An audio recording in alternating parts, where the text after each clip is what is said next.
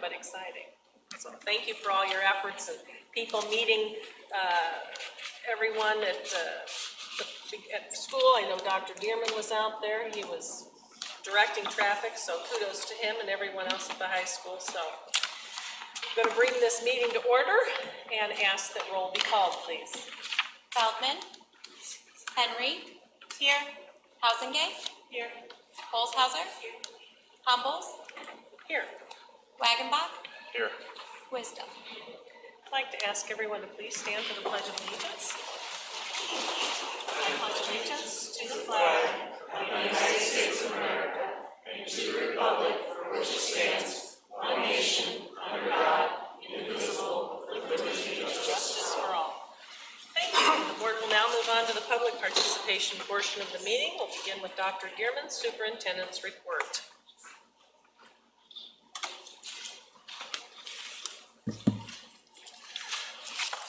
Good evening and welcome.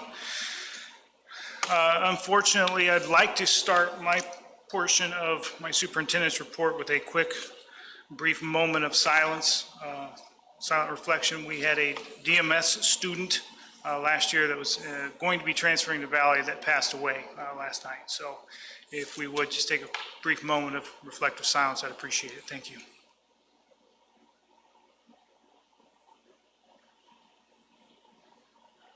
Thank you. Safety. I did send out a safety video to all families earlier today, so I won't reiterate what was in that, but basically touched on the different steps we've taken as a district in recent months, years, to try and make our facilities as safe as humanly possible, especially in light of recent events. So that went out today. We had our opening institute, activities planned all morning. The keynote speaker was Dr. Courtney Orzel from IASA, and the general feedback I got from everyone involved with that was positive, that she did a very nice job and that the message that she delivered was very timely. So thank you to Dr. Orzel and all the administrators that put in the effort to get that opening institute off the ground and running. Very much appreciated. And then we get to the first day of school, and I always like to talk about all the good things that happen on the first day across all the different buildings. I won't go into all that, but it's just nice seeing the students walking into school with smiles. I mean, the schools aren't quite the same without the kids, so it kind of brings them back to life. We've had several projects that got completed that really spruced up some of our buildings. Many to list, but probably the most visible were probably DGS, the entrance, and Dunlap Valley, the entrance to that as well. I thought those really looked nice, so thank you to Dr. Adrian for coordinating those activities. And lastly, we've had 3 FOIA requests to Mr. McKenzie, one of which is complete and 2 are in progress. And that completes my report. Thank you, Dr. Dearman. Thanks again for being out there directing traffic. This time, we're going to move to public comments. Is there anyone who wishes to address the board? If so, please raise your hand. Seeing none, this concludes the public participation portion of the meeting, and the board will now move on to information discussion items. The school activity account reports are included in the board packet. Are there any questions or discussion?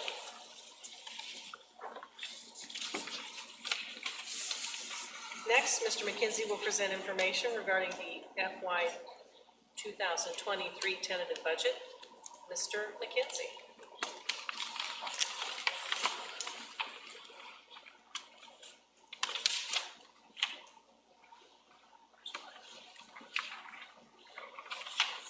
All right, I've just got a brief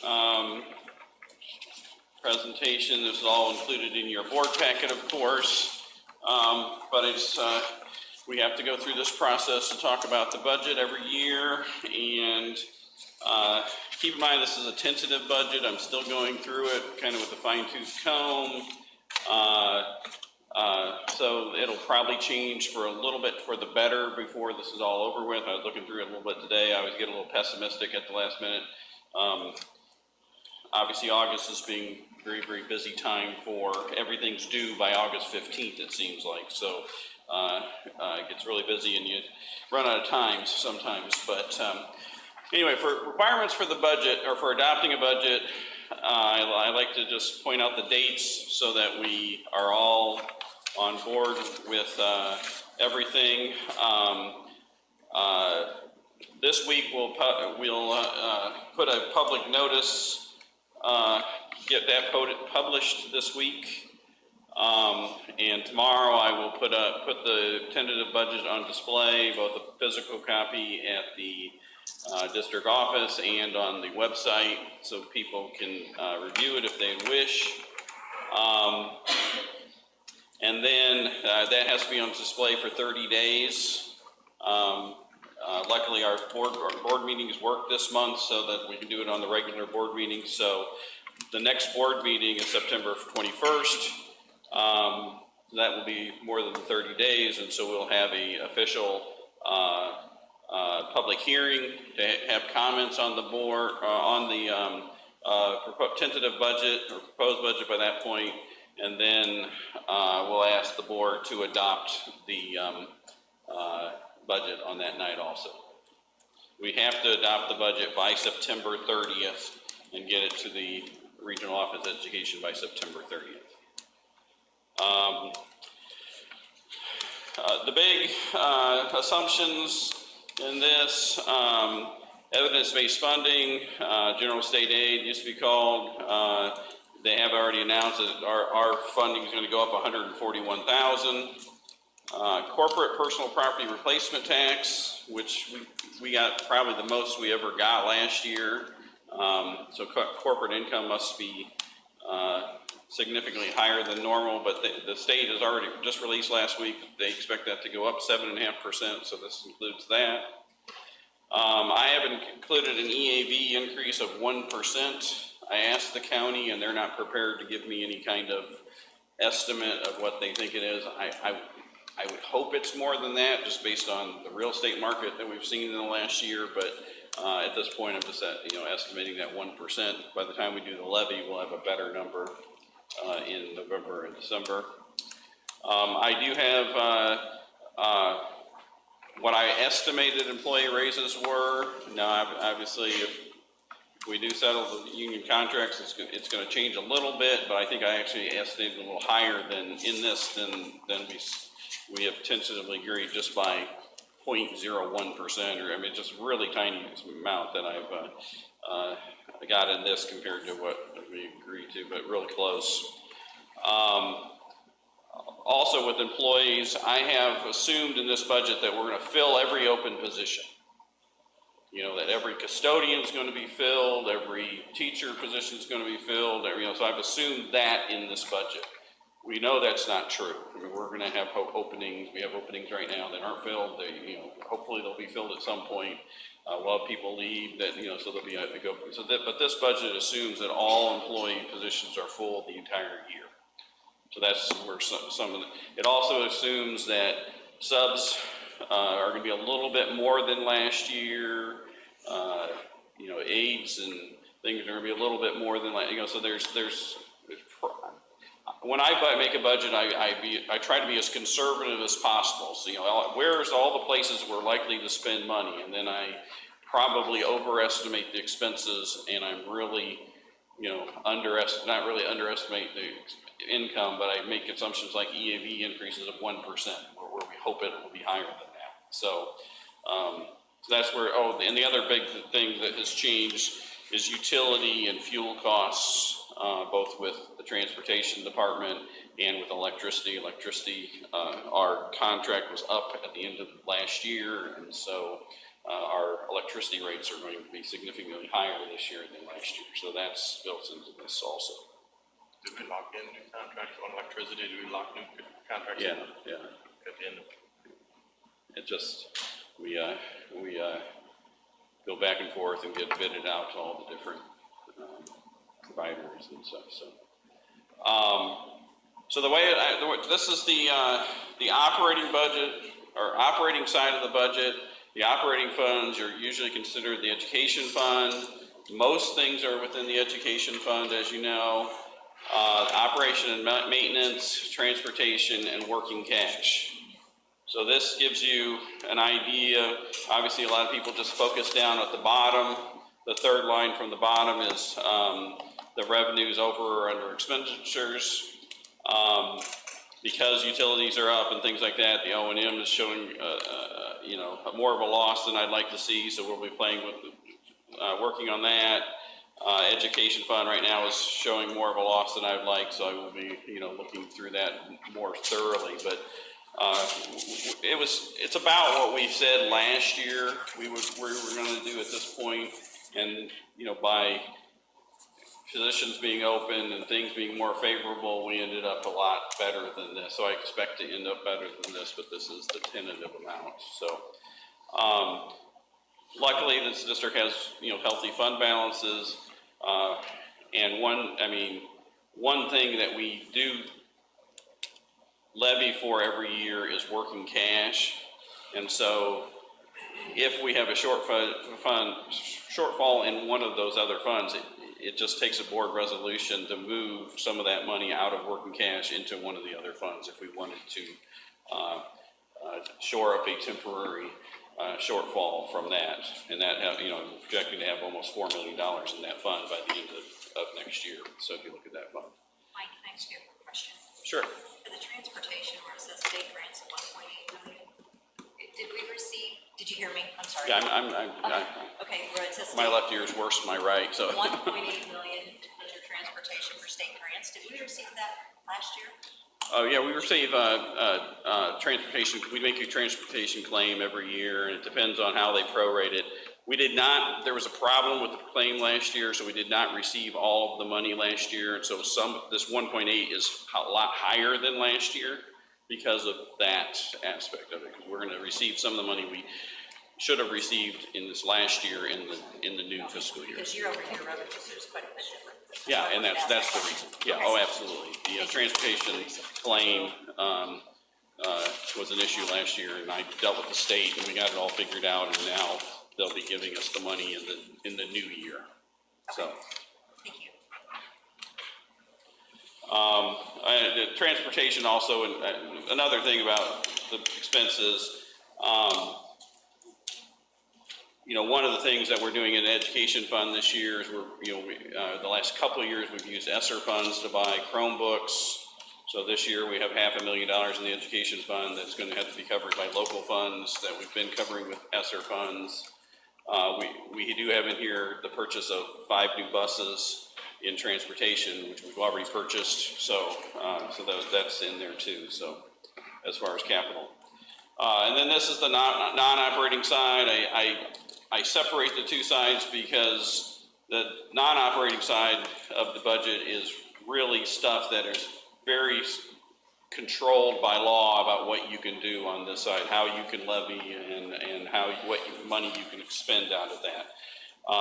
But overall, debt service is just a timing issue with $64,000 loss between the levy and the payment of debt service. IMRF, Social Security, we reduced our budget. We reduced the levy last year. I assumed we were going to do the same thing this year. And so that's why that would show a loss. Tort about break even, life safety about break even.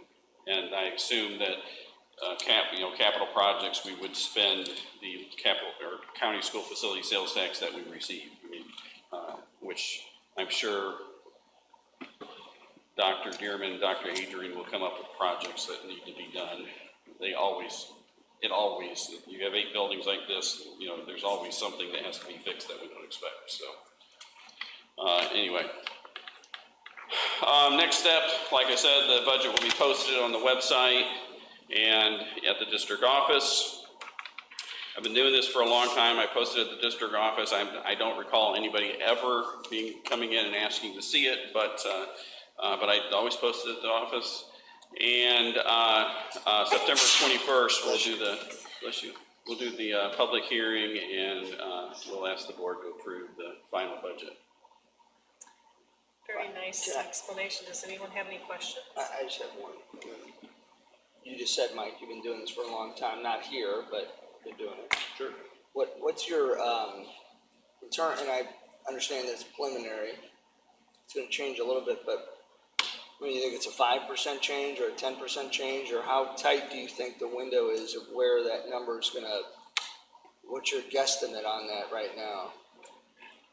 I 10% don't maybe. know is not. I was looking through numbers today, and I found a few things. I think I probably overestimated the expense, you know, where I had some salaries going up 10%, which we know they're not gonna go that much, and things like that. So I think, probably, you know, in that 5 to 10%, it's gonna get better than I presented here today by the time I present it, you know, next month, so, or, you know, give you guys it's not gonna change a lot, because a lot of what I look at, I think, all right, like subs is a perfect example. You know, it so depends on, you know, how many openings we have. We don't have very many openings, but we have a few openings, so we'll end up having subs in some of those. Plus, if we suddenly have a resurgence of COVID, we'll have a lot more subs and things like that. So I mean, it's, you know, hopefully I'm overestimating subs. You're erring conservatively on Yes. those points anyway, Right. so. And so, I mean, you know, so there's you know, in just a couple of those things, there's $200,000 or $300,000 that, you know, I'm hoping I'm being overly pessimistic with some of those numbers. And Mrs. Holzhauser did ask Mike to put together some 3-year projections. I know you're very close on that, but within the next couple of days, he'll have that, which should help narrow in Right. the budget itself.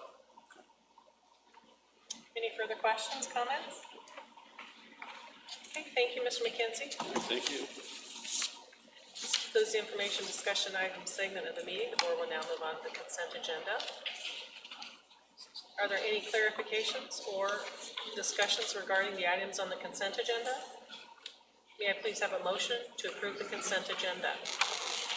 I'll move to approve the consent agenda as presented. Thank you, Mr. Feldman. May I have a second? Second. Thank you, Mrs. Henry. Any discussion? Those in favor say aye. Aye. Those opposed, nay. Motion carried.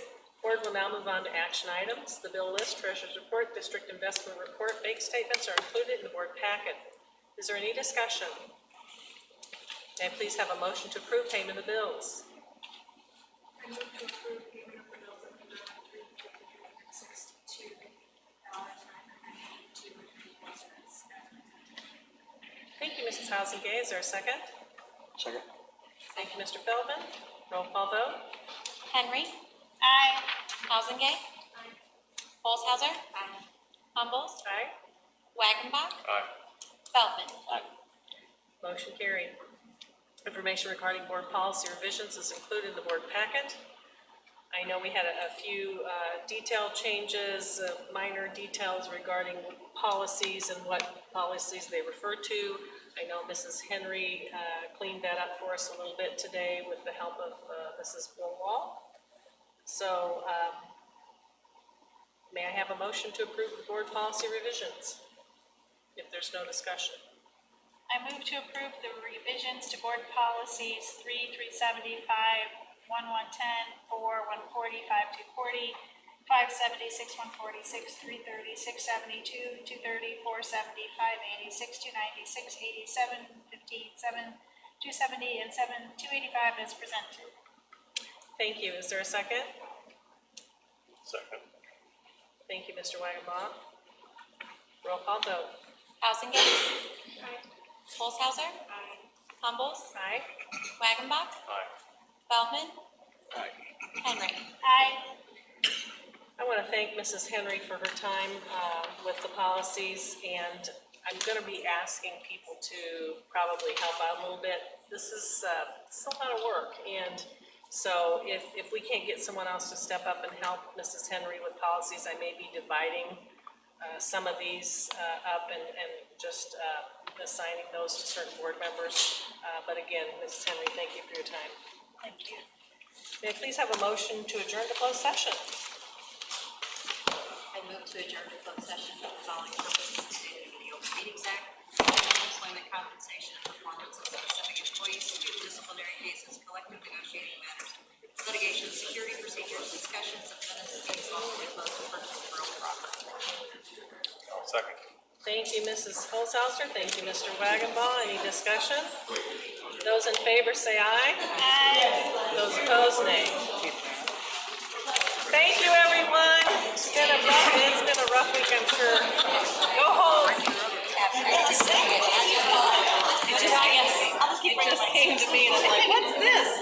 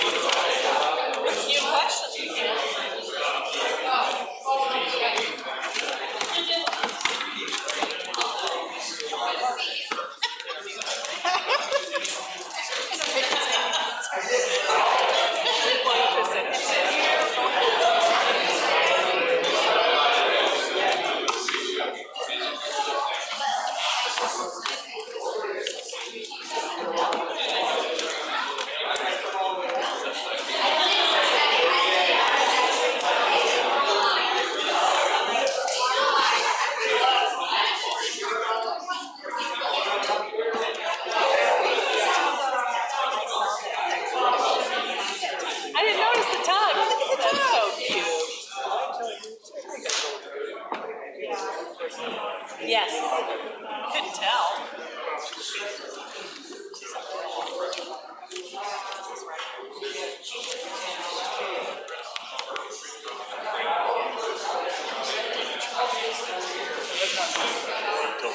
I couldn't